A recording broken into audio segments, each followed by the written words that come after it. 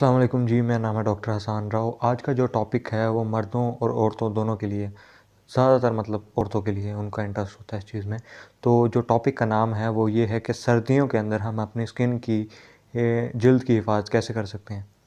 तो ये जान लें कि स्किन जो होती है दो टाइप की होती है, एक होती है ड्राई स्किन, एक होती है ऑयली स्किन।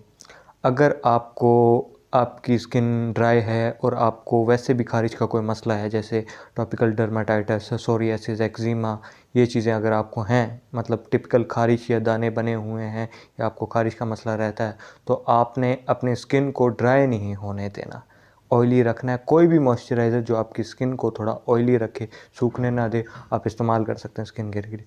दूसरे वो लोग जिनकी स्किन ऑयली है या जिनको एक्ने या कोमेडोन्स का मसला है, मुंह पे दाने हैं, तो उनको ड्राई मॉइस्चराइज़र, वो मॉइस्चराइज़र जो उनकी स्किन को ऑयली ना रखे, ऑयल ख़त्म करे, वो मॉइस्चराइज़र या वो क्रीम या वो लोशन इस्तेमाल करना है।